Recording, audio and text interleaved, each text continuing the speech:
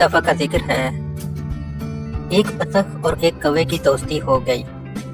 कौवा बतख के पास तालाब के किनारे आता और दोनों मिलकर खूब बातें करते।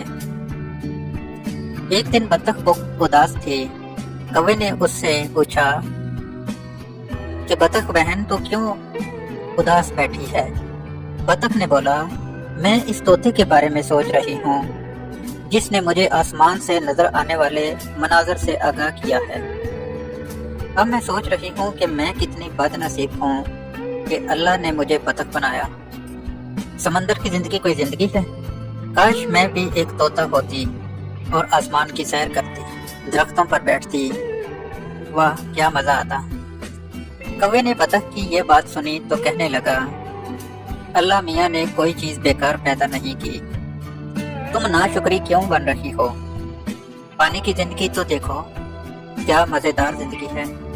अगर आसमान से जमीन का नजारा दिलकश पुरकशिश है तो तालाब के अंदर के रहने का मजा भी कुछ कम नहीं है।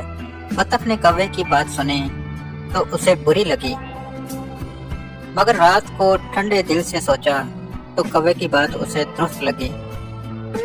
उसने अल्लाह का शुक्र अदा किया कि उसने मुझे एक अच्छा मशवरा देने वाला दोस्त दिया है।